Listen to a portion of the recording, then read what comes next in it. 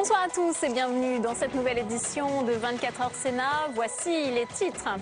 À un mois des municipales, Jean-Marc Ayrault tente de calmer le jeu avec les écologistes après les incidents qui ont émaillé la manifestation des opposants à l'aéroport Notre-Dame-des-Landes hier à Nantes. La majorité tangue à nouveau. Les Verts peuvent-ils rester au gouvernement? Débat à suivre dans ce journal. Vers un nouveau délai de prescription pour les viols, c'est la proposition de 2 sénatrices centristes. Pour elles, les victimes souvent traumatisées prennent conscience trop tard de leur agression et ne peuvent plus porter plainte. Au 3e jour du Salon de l'agriculture, nous nous intéresserons aux jeunes agriculteurs. Comment sont-ils formés? Comment naît leur vocation? La réponse dans un instant.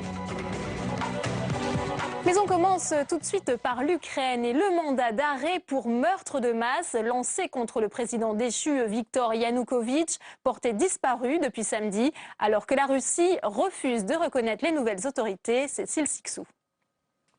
Mais où est-il? En Crimée, en Russie? Après sa fuite de Kiev, Viktor Yanukovych reste introuvable. Un mandat d'arrêt contre lui pour meurtre de masse a été lancé via le compte Facebook du nouveau ministre de l'Intérieur, Arsen Avakov. Après la chute du régime, le pouvoir ukrainien s'organise en attendant les élections fin mai. Un président par intérim a été nommé, mais aussi un nouveau gouvernement. L'opposition qui a pris les choses en main se tourne vers l'Occident. Un rapprochement qui n'est pas du goût de la Russie. Le Kremlin refuse de reconnaître le nouveau pouvoir en place. Pas légitime, anti-russe et dictatorial selon le Premier ministre Medvedev. Les Russes menacent d'augmenter les droits de douane alors que l'Ukraine fait déjà face à de graves difficultés financières. Pour faire face, le nouveau pouvoir réclame d'ailleurs à l'Europe une aide de plus de 25 milliards d'euros. Pour le moment, l'Union européenne ne s'engage pas, mais Catherine Ashton, actuellement sur place, devrait apporter des pistes pour stabiliser l'économie du pays. Jean-Marc Ayrault a été le premier à ouvrir le bal des visiteurs du Salon de l'agriculture ce matin. Le Premier ministre qui a modéré ses propos de la veille. Il avait en effet demandé à Cécile Duflot, la ministre du Logement, de sortir de l'ambiguïté après son soutien aux opposants à l'aéroport Notre-Dame-des-Landes. Pour Jean-François Copé, le président de l'UMP, lui aussi en visite au Salon, il n'y a pas de doute, les Verts doivent sortir du gouvernement. On l'écoute.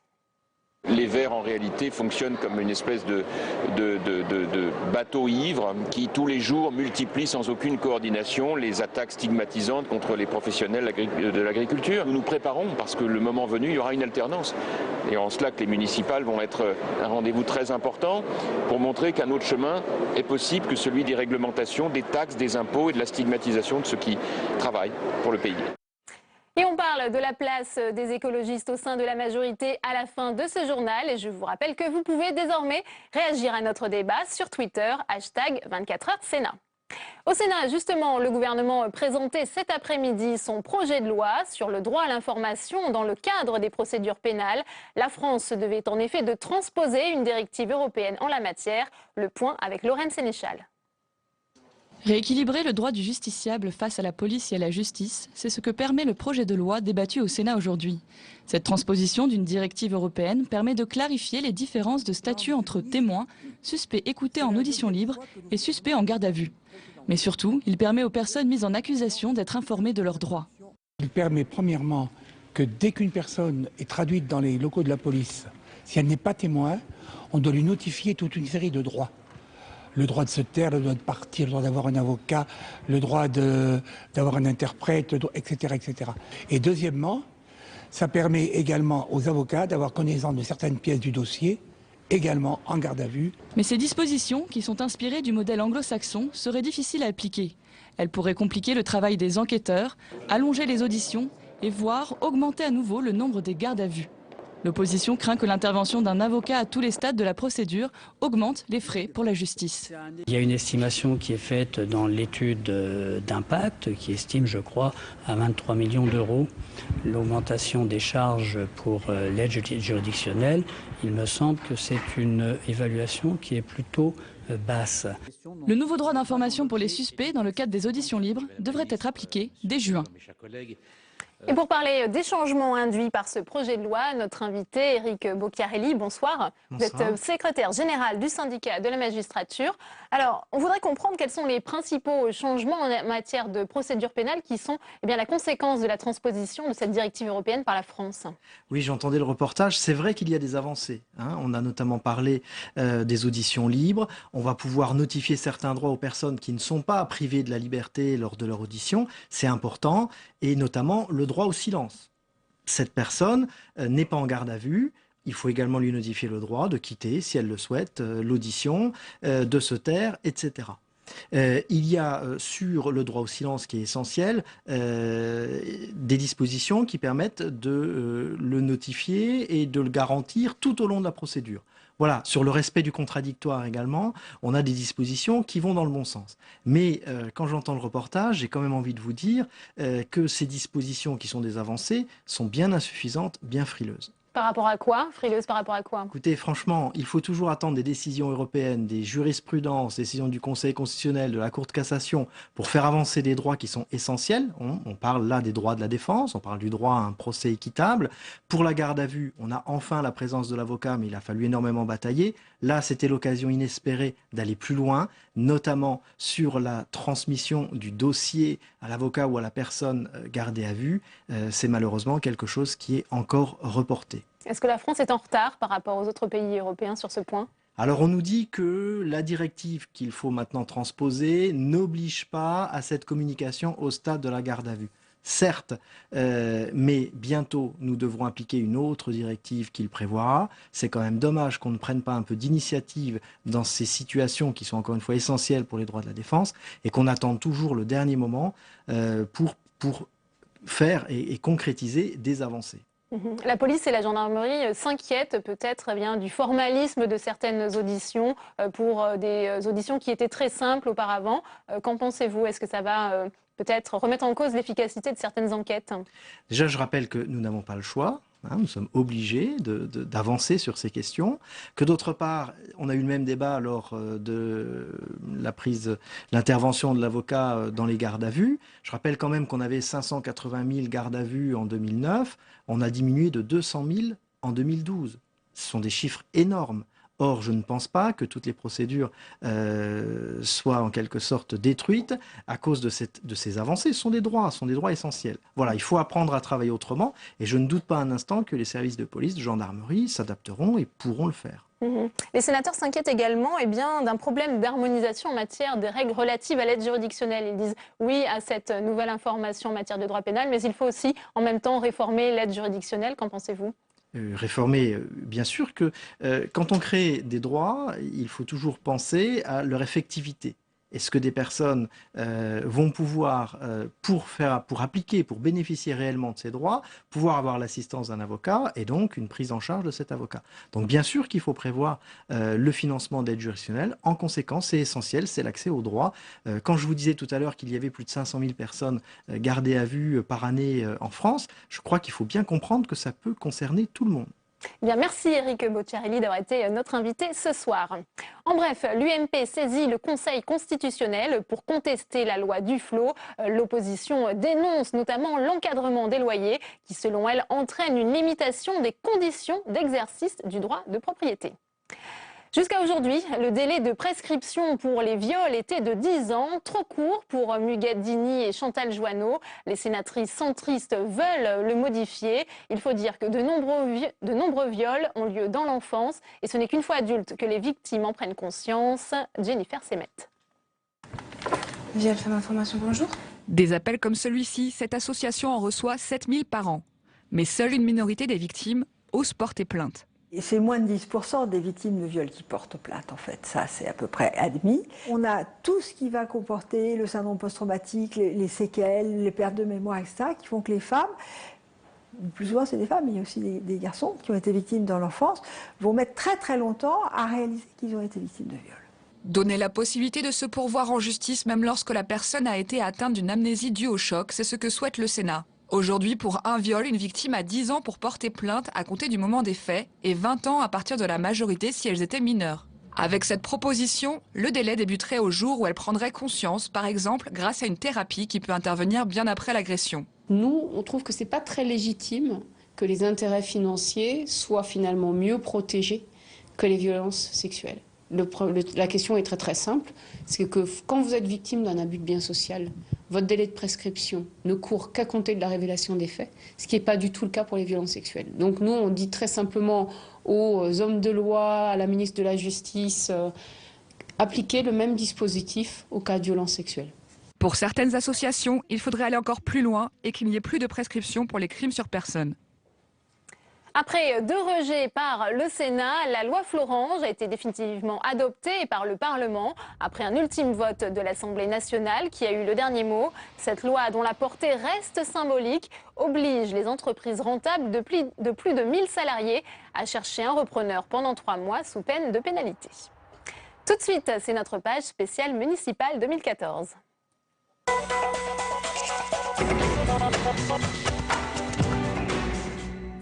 Et avec nous sur ce plateau, Pierre Bonde-Joseph. Bonsoir Pierre. Bonsoir Delphine. Alors pour commencer, on va parler d'un ralliement qui fait couler beaucoup d'encre. Une famille qui se déchire, des règlements de compte sur fond de canebière, voilà tous les éléments d'une bonne saga marseillaise avec plusieurs épisodes peut-être. Depuis hier soir, les militants MoDem de la cité phocéenne se sont mis en congé de leur parti et appellent à voter Patrick Mennucci, le PS soutenu par les centristes. Ça vous rappelle probablement quelque chose, mais 2012 et François Bayrou qui appelle à voter François Hollande. Mais voilà, depuis, François Bayrou, candidat lui-même à la mairie de Pau et soutenu par l'UMP, et tente de refaire une image, je dirais, d'indépendance de son parti. Donc le ralliement arrive au mauvais moment et devrait brouiller un peu plus les cartes pour les électeurs. Et maintenant, peut-être qu'on va parler de ces ministres candidats, hein, Pierre. Alors oui, je vais vous poser une question. Qui est 11e sur la liste socialiste à Grand-Quevilly, en Seine-Maritime, près de Rouen? Et vous me répondez... Allez, Laurent Fabius. Laurent Fabius, bonne réponse. Preuve qu'on peut à la fois, dans la même semaine, sauver l'Ukraine et faire campagne sur les marchés normands. Sur les 38 ministres du gouvernement de Jean-Marc Ayrault, pas moins de 16 sont candidats à des degrés divers. C'est sur beaucoup, hein. Les listes électorales. Par exemple, le ministre de l'Intérieur, Manuel Valls, est 3e à Évry, ville dont il a été le maire pendant 11 ans, ou encore Pierre Moscovici, ministre de l'économie, candidat à Valentignette dans le Doubs, ou Michel Sapin à Argenton-sur-Creuse. Si le Parlement a bien fait voter, et je sais qu'on en a rendu compte ici, une loi contre le cumul des mandats, il n'existe aucune règle inscrite concernant les ministres. Seul Lionel Jospin avait imposé à ses équipes de ne pas cumuler un mandat local et un portefeuille de ministre, mais c'était une autre époque. Et Anne Hidalgo, la candidate socialiste à la mairie de Paris, était au salon d'agriculture aujourd'hui. Oui, comme quoi, Delphine, on peut briguer le mandat de maire dans la plus grande ville de France et parler veau, vaches, cochons. Ce n'est pas contradictoire. C'est aussi un bon moyen de s'afficher au milieu des agriculteurs et de casser un peu son image parisienne et surtout de lancer un projet de ceinture verte. On l'écoute. À Paris, c'est important. Il y a l'agriculture urbaine que je souhaite développer. Il y a les circuits courts que je souhaite aussi développer et permettre notamment d'avoir une ceinture maraîchère autour du Grand Paris pour raccourcir ces circuits alimentaires. Et puis, il y a vraiment un attachement très très fort de Paris à la qualité de ce qui se produit dans nos terroirs. Et Nathalie Kosciusko-Morizet, la candidate de l'UMP à Paris, a elle joué sa partition environnementale, hein, Pierre. Oui, de son côté, l'ancienne ministre de l'écologie de Nicolas Sarkozy a dévoilé son projet de couverture des voies de la gare du Nord et de la gare de l'Est. La candidate UMP verrait bien en lieu et place des rails un complexe sportif, des logements, une cité universitaire, pas moins de 280 millions d'euros pour densifier encore un peu plus Paris et planter 1,5 hectare d'espace vert. De là à créer à Paris de nouveaux champs, Élisez-la pour savoir. Merci beaucoup Pierre. Et on reste au salon de l'agriculture où notre journaliste Samia Dechir est partie à la rencontre de jeunes agriculteurs, pas vraiment concernés, vous allez le voir, par la crise des vocations. Reportage. À 22 ans, Adeline vit son premier salon de l'agriculture. Elle prend soin de Frileuse, une vache laitière issue d'une exploitation voisine de celle de ses parents. Fille d'agriculteur, Adeline sera diplômée en juin. Elle voudrait reprendre l'exploitation familiale et l'agrandir avec son frère. Pour moi, je pense que ça a toujours été une évidence. J'ai toujours été bercée dans le métier. Donc je ne savais pas ce que je pouvais faire d'autre. J'étais vraiment à l'aise avec les animaux. Donc non, je ne me suis pas vraiment posé de questions. Pour Jérémy, en deuxième année de BTS agricole, la situation est différente. Il n'est pas issu du monde agricole et ne pourra donc pas reprendre une exploitation familiale. S'il veut s'installer, il devra emprunter plusieurs centaines de milliers d'euros, un risque énorme à son âge. Alors comme beaucoup de jeunes agriculteurs, il envisage un groupement agricole d'exploitation commun. J'ai peur d'être tout seul. Ça fait de trop grosses charges, trop de responsabilités et les décisions, c'est toujours bien de les prendre. Enfin, c'est mieux de les prendre à deux que tout seul. Rémi, 33 ans, a déjà 14 salons au compteur. En 2007, il a intégré l'exploitation familiale avec son frère et a emprunté 200 000 euros pour l'agrandir. Une fois ses prêts remboursés, il lui reste environ 500 euros par mois pour vivre. Autour de lui, il voit de moins en moins de jeunes se lancer. Si la situation des éleveurs laitiers est si difficile, pour lui, c'est à cause des prix trop bas et fluctuants sur le marché. Si on avait des prix demain qu'on disait, voilà, vous serez bien payé et vous pourrez investir et vous pourrez vous faire plaisir dans votre métier, eh ben, je pense qu'il y aurait beaucoup plus de gens à franchir le pas, quoi. On va aller trop loin, on va dire, bah oui, il y a rupture dans la génération, demain qui produira le lait? En 20 ans, la France a perdu la moitié de ses exploitations agricoles. Le secteur offre pourtant de belles perspectives d'embauche. 90% des étudiants en agriculture trouvent un emploi, mais désormais ils sont de moins en moins à leur compte et davantage salariés dans de grandes exploitations, celles qui résistent le mieux aux difficultés du secteur. 24 heures Sénat, tout de suite le débat. «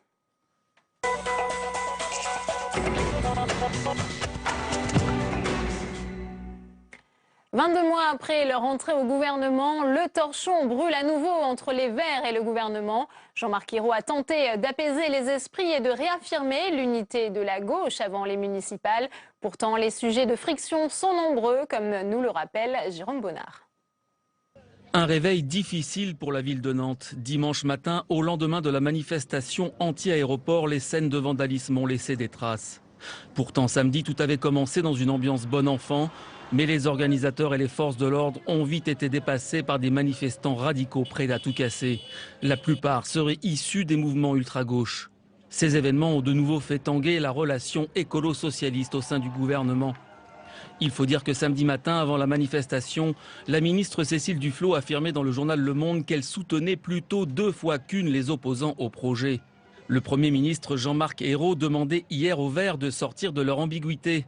Ce matin, en arrivant au Salon de l'Agriculture, il a fait savoir que le président a besoin de ses alliés autour du pacte de responsabilité. C'est ça l'essentiel et on a besoin de tout le monde, tous ceux qui veulent y participer. Est-ce que les Verts sont suffisamment partisans ? On a besoin de tout le monde. Du côté des écologistes, la patronne Emmanuelle Cos déplore la présence d'éléments perturbateurs. Mais qu'en est-il de la présence de Cécile Duflot au gouvernement ? Des désaccords profonds existent. L'aéroport, mais aussi la sortie du nucléaire. Visiblement, pour les Verts, désaccord ne veut pas dire incompatibilité. Nous avons acté, encore une fois, que cette question de Notre-Dame-des-Landes, ainsi que la question des EPR d'ailleurs, de l'EPR de Flamanville, était deux points sur lesquels nous n'étions pas d'accord, mais qui ne nous empêchaient pas de travailler ensemble. Pour l'heure, les écologistes font preuve d'unité, enfin presque. La ministre Cécile Duflot ne s'est toujours pas exprimée depuis les événements de ce week-end. Et on ouvre le débat de ce 24 heures Sénat avec nos invités ce soir. Ronan Dantec, bonsoir. Bonsoir. Vous êtes sénateur Europe Écologie Les Verts de Loire-Atlantique. Avec nous également sur ce plateau, Jérôme Sainte-Marie. Bonsoir, vous êtes le président de Polling Vox. Merci à vous d'être sur ce plateau. Alors Ronan Dantec, est-ce que le torchon brûle à nouveau entre les Verts, le Parti Socialiste et le gouvernement? Et si oui, à qui la faute? Non, je ne crois pas. Enfin, je crois que Jean-Marc Ayrault a été clair en disant que par rapport aux réformes à mener dans ce pays, qui sont des réformes d'ampleur, il n'est pas imaginable que le Parti socialiste les mène seul. Si nous avons un divorce profond entre les écologistes et les socialistes, c'est autant de territoires que nous perdrons dans un mois, ça sera un pouvoir encore affaibli et nous ne mènerons pas les réformes. Donc je crois que la question qui est sur la table aujourd'hui, c'est comment nous pouvons plutôt renforcer les liens entre les écologistes et les socialistes. Je crois qu'on est au temps où il faut se parler. Tout le monde parle aujourd'hui d'un remaniement à venir, ce qui est assez classique à 2 ans. Je ne sais pas quand le président décidera de ce remaniement et quel Premier ministre il choisira. Il choisira peut-être de garder Jean-Marc Ayrault, mais je crois qu'il faut profiter de cette période avant ce remaniement pour se reparler, pour mettre les sujets qui fâchent sur la table et pour voir effectivement si nous pouvons repartir ensemble avec ce nouveau gouvernement. Jérôme Sainte-Marie, est-ce que Cécile Duflot a quand même peut-être franchi la ligne jaune en affichant son soutien dans les colonnes du journal Le Monde samedi aux manifestants à l'aéroport, contre l'aéroport Notre-Dame-des-Landes? L'impression actuelle, c'est qu'il n'y a pas tellement de lignes jaunes dans le comportement ministériel, vous savez. Donc là, ça a beaucoup évolué.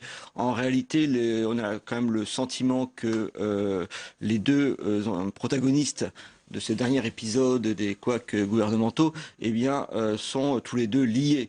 On l'a dit, il y a des municipales dans pas longtemps. Les municipales, c'est ce qui réunit en principe un petit peu la gauche. Très souvent, quand même, il y a des listes communes avec les socialistes et les Verts, même s'il y a d'autres combinaisons dans certains cas. Et juste après, on a les européennes qui, elles, sont par contre l'élection qui divise le plus la gauche, puisque chacun va sous ses propres couleurs. Mais enfin, pour l'instant, on est dans le temps des municipales. Déjà, cette histoire va faire des dégâts considérables sur la prochaine participation des électeurs de gauche aux élections municipales. Ça devient extrêmement confus. C'est déjà démobilisateur. Si les choses vont plus loin, ça aura un effet catastrophique sur les chances des listes de gauche. Les deux le savent, donc les deux devraient s'arrêter. Ronan Dantec, ce conseil de Jérôme Sainte-Marie, il faut s'arrêter parce que ça risque d'avoir des conséquences négatives pour la gauche au municipal. Il faut d'abord revenir sur cette manifestation. C'est quand même une mobilisation exceptionnelle. Plusieurs dizaines de milliers de personnes dans les rues de Nantes contre un projet qui atteint à l'environnement. On n'avait pas vu ça depuis Plogoff. Un sondage le même jour qui dit d'un côté, d'accord, il y a le succès de la manifestation, mais après il y a les violences qui ont été condamnées peut-être un peu tardivement. Non, attendez, moi je les ai condamnées sur mon compte Twitter à 17h le samedi. Tout le monde l'a condamné. Parce que ce qu'on retient, c'est que les Verts ont plutôt, réjoui justement de cette mobilisation. Non, je crois qu'effectivement, je rejoins mon interlocuteur. Je crois qu'il faut appeler les socialistes à la responsabilité, notamment un certain nombre de socialistes, pas tous, de l'Ouest aujourd'hui, très fervents partisans de l'aéroport, qui en fait ne veulent pas accepter que les Français sont contre ce projet et qui ont focalisé sur quelques centaines de casseurs qui ne sont même pas des zadistes, puisque Manuel Valls a dit ils viennent de Toulouse, ils viennent de Rouen, ils viennent de Paris. Et qu'ils focalisent. Pourquoi ils focalisent là-dessus? Parce qu'ils ont perdu le combat de l'opinion publique sur l'aéroport lui-même. Cet aéroport est inutile. Et normalement, la logique aujourd'hui, ce lundi, c'est de parler ensemble de manière de suspendre le projet. Mais effectivement, ces débordements que je condamne extrêmement clairement font qu'on a un peu dérapé dans le débat, mais la réalité de samedi, c'est que les Français sont contre ce projet, que c'est un projet nuisible pour l'environnement, qu'on s'assoit, qu'on piétine le droit de l'environnement et que ce projet ne se fera pas. Et donc, effectivement, et je crois qu'on va être d'accord, il faut aujourd'hui que la gauche arrête de se diviser avec un risque important pour les municipales et les élections à venir pour un projet qui, de toute manière, ne se fera pas. Oui, mais il n'y a pas que ce projet, peut-être Jérôme Sainte-Marie, qui divise la gauche. Les sujets de friction, on l'a vu, sont nombreux. Alors, est-ce qu'il faut gouverner avec le soutien des Verts sans participation ou avec une participation sans soutien? Je vais vous parler simplement de la situation de l'opinion par rapport à cela, pas de la stratégie des acteurs. La situation d'opinion est assez claire. On a aujourd'hui 75% à peu près des sympathisants socialistes qui soutiennent le pouvoir en place, le gouvernement.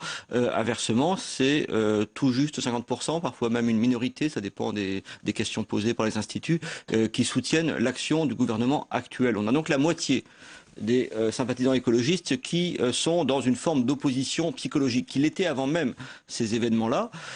Ils le sont d'ailleurs très inégalement convaincus, non seulement par l'action du gouvernement en matière environnementale, mais ils font aussi leur opinion sur tout à fait autre chose. Par exemple, sur le pacte de responsabilité, on a beaucoup parmi les électeurs écologistes, vous savez, on a beaucoup aussi de gens de la fonction publique, de gens qui n'aiment pas trop le nouveau cours que prend la politique budgétaire du gouvernement. Ça fait pas une opposition au sens strict, mais ça fait un électorat extrêmement flottant qui peut, encore une fois, non pas se retourner contre la gauche à ce stade, mais en tout cas préférer rester chez soi qu'aller voter lors des prochains scrutins. Alors pour ces électeurs qui sont dans une opposition psychologique, vient de nous dire Jérôme Sainte-Marie, est-ce qu'il ne vaudrait pas mieux clarifier les choses et que les Verts quittent le gouvernement? Ronan Dantec. Écoutez, actuellement, je crois que si on veut que la gauche gagne, il faut surtout montrer qu'un gouvernement avec des socialistes et des écologistes, ça produit. Et on a sur la table la transition énergétique.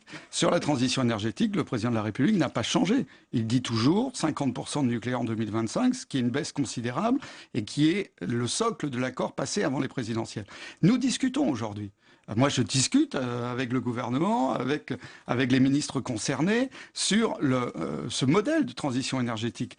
Il est sur la table. Nous commençons à avancer sur un scénario qui soit un scénario crédible, fondé sur un grand volontarisme sur le développement des énergies renouvelables. Je crois que ça va jouer là. Et ça va jouer dans le mois. Moi, je suis convaincu que ce mois-ci, donc pour peser, il faut rester au gouvernement, c'est ce que vous dites ce soir, Ronan Dantec. Il me semble clair que si nous partions du gouvernement, ça serait un vrai désastre pour l'ensemble de la gauche. Alors peut-être que dans l'opposition, on se referait quelques couleurs, mais moi je fais pas de la politique pour simplement être populaire dans les enquêtes d'opinion. Je fais de la politique pour changer le monde, pour avoir des lois à la hauteur des enjeux. Je crois qu'on peut encore y arriver. Et d'ailleurs, Jean-Marc Ayrault ce matin, qui sur la transition énergétique, j'ai travaillé avec lui pendant 15 ans, est quelqu'un d'ouvert. Enfin, c'est pas un membre du lobby nucléaire. Je crois qu'on peut arriver à une loi crédible. Évidemment, il faut trouver les moyens sur le projet d'aéroport de se tirer cette épine de notre pied. Et les commissions mises en place l'année dernière auraient pu y servir. Et je regrette profondément que le préfet de Loire-Atlantique ait stoppé le dialogue. Je pense qu'il porte une responsabilité dans cette affaire. Mais on peut les rouvrir. Moi, je crois qu'on peut les rouvrir. Aller sur la question de l'environnement, puisque les mesures compensatoires ne marchent pas. Et pendant ce temps-là, avancer sur la transition énergétique. Mais il faut vraiment en discuter avec le Premier ministre, avec le Président. Je crois qu'on n'a plus qu'un mois devant nous. Il faut y aller vraiment. Jérôme Sainte-Marie, alors finalement, d'après Ronan Dantec, il faut rester au gouvernement. Ça serait désastreux pour les écologistes de quitter le navire avant que le travail soit terminé. Très probablement. Il faut voir aussi qu'il y a un autre acteur dans cette partie. Il n'y a pas uniquement la gauche, la droite ou bien les écologistes et les socialistes. Il y a également le patronat français, les milieux d'affaires qui militent plutôt. Ça se voit dans certains organes de presse aujourd'hui, qui militent plutôt pour que les écologistes quittent le gouvernement. D'ailleurs, ce serait coup double. Ça affaiblirait encore davantage l'exécutif et par ailleurs, ça enlèverait une formation politique qui n'a pas l'oreille des milieux d'affaires, en tout cas, qui symboliquement... Ce qui prouve bien qu'on pèse, sinon ils ne chercheraient pas à nous faire partir du gouvernement. Donc il y a vraiment cette volonté-là qui devient très pressante. Alors je pense que ça serait un peu grossier, que politiquement, ça serait un peu quand même énorme et ça se payerait en tout cas électoralement si jamais le gouvernement donnait l'impression sur ce sujet également d'aller au-devant des désirs du MEDEF. Ronan Dantec, peut-être sur ce point, ça serait donner raison au MEDEF si vous quittiez le gouvernement. Je pense que ce qu'on a... Le MEDEF en tant que tel est appelé au départ, soyons bien clairs. Mais il est clair que dans ce pays, il y a des forces conservatrices extrêmement puissantes qui ne veulent pas de la transition écologique, qui ne veulent pas d'une gauche qui gagne. Notre responsabilité, c'est effectivement d'y arriver. Je crois qu'on s'y prend pas très bien, y compris qu'il y a des responsabilités chez nous. Je trouve qu'on en fait beaucoup dans un certain nombre de sketchs.